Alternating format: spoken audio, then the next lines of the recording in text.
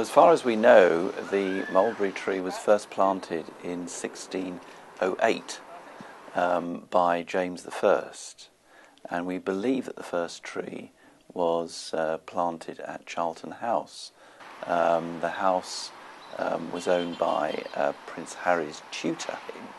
James, of course, was trying to build a silk industry. He was the impoverished king, and so he'd seen the silk trade in the Low Countries. So he imported some trees and set the... I think there were 12, as far as we have some records, show there were 12 that came over in the original planting. The only one we know of that survives is that one. Charlton House is a unique building. It's a building that's been here since 1608, so it was its 400th birthday last year, same as the tree, and it's used for many, many functions during the year. It's got tremendous support from the local people, the Friends of Charlton House.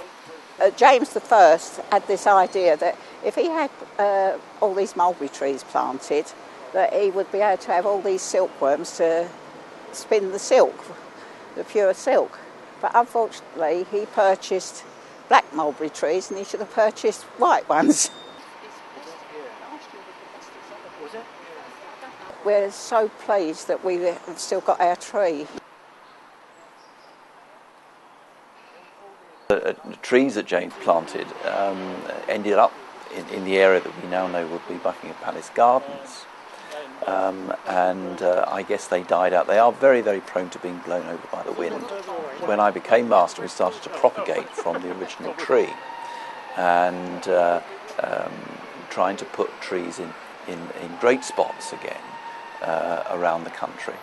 The Worshipful Company of Fruiterers have a whole programme of plantings in wonderful houses throughout the country, and to bring one to Buckingham Palace was very important. So it was a delight to put this really historic tree right back, and it's absolutely wonderful to think that it comes from the original tree, so that it contains those original genes all the way through. So I think it's a wonderful thing.